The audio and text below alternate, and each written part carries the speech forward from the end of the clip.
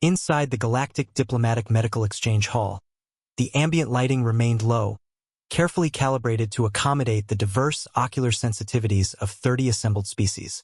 The Farine delegation had just finished demonstrating their atmospheric stabilization membrane.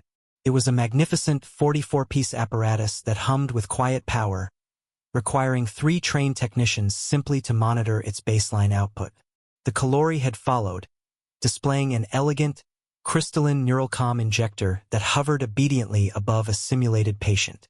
Then, Staff Sergeant Tomoko Ishida stepped to the center of the polished obsidian floor. She wore standard military fatigues, a neat, pale scar cut across both knuckles of her right hand. She did not signal for support technicians. She did not summon an anti-gravity hovercart. A harsh, low-tech scrape of a metal zipper tore through the acoustic dampening of the hall. Tomoko withdrew a faded olive drab pouch from her pocket.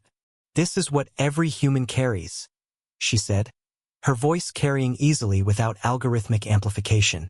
"Regulation first aid kit." What she pulled from that tiny pouch next.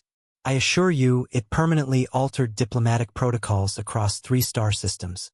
You will want to hear this."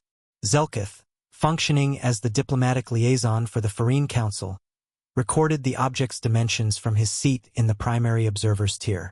Barely 15 centimeters.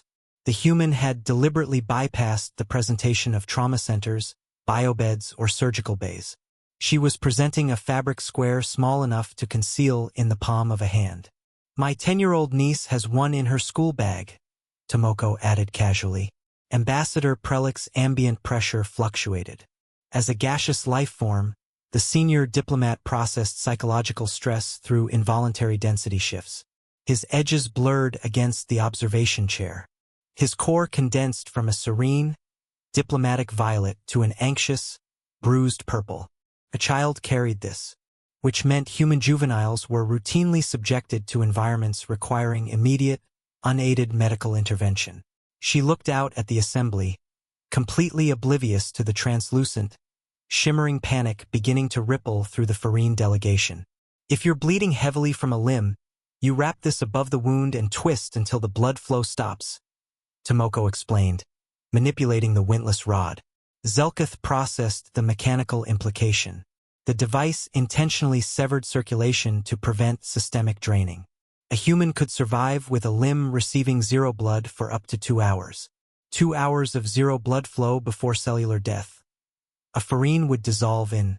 A sharp hiss interrupted his diagnostic cascade. Surgeon General Othik had collapsed.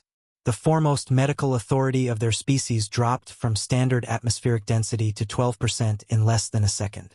It was the fastest density collapse on record. 2 aides immediately rushed forward with pressurized containment canisters. Tomoko lowered the tourniquet, looking genuinely perplexed. "Was it something I said?"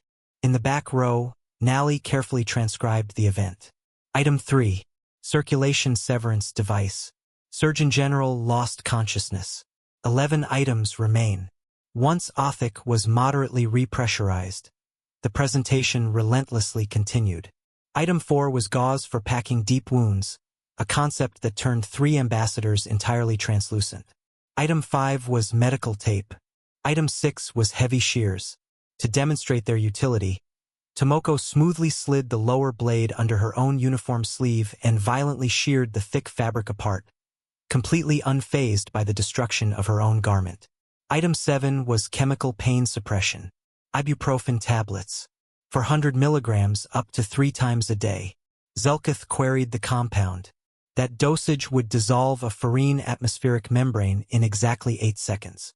Humans sold it in unrestricted convenience stores alongside snack foods. Nally's handwriting was growing increasingly massive across her 3rd vapor pad, a clear biological indicator of profound juvenile distress. Item 8 was a plastic face shield. Tomoko casually explained that human hearts occasionally just stopped functioning, requiring another human to manually compress the chest cavity at a depth of 5 centimeters over 100 times a minute while forcing air into the lungs. Prelik could not stabilize.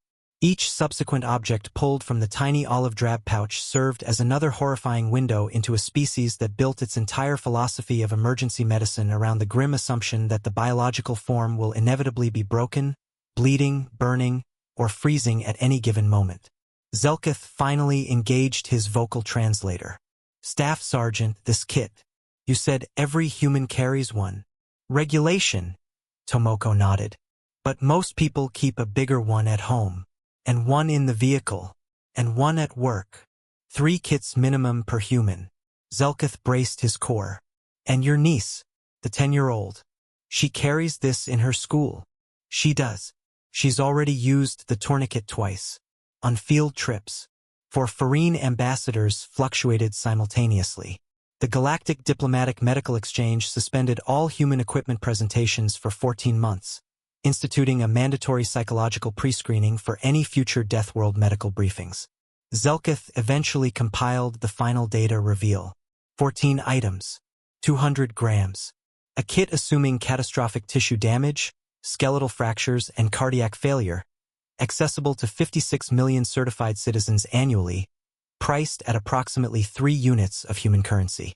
1 year later, the olive drab pouch sits in the diplomatic archive behind a biometric lock and heavy atmospheric shielding. The reinforced containment unit bears a single warning label restricted to authorized personnel only. Down the corridor, Nally sits in Ambassador Prelick's outer office. She is 13 now, her density perfectly stable and bright, carefully finishing the first draft of a training manual for non-Deathworld diplomats. The opening chapter title reads, "They carry it in their children's bags." On her desk, a single adhesive bandage rests under reinforced glass like an ancient, terrifying museum piece. She has not opened it. She is not sure she ever will.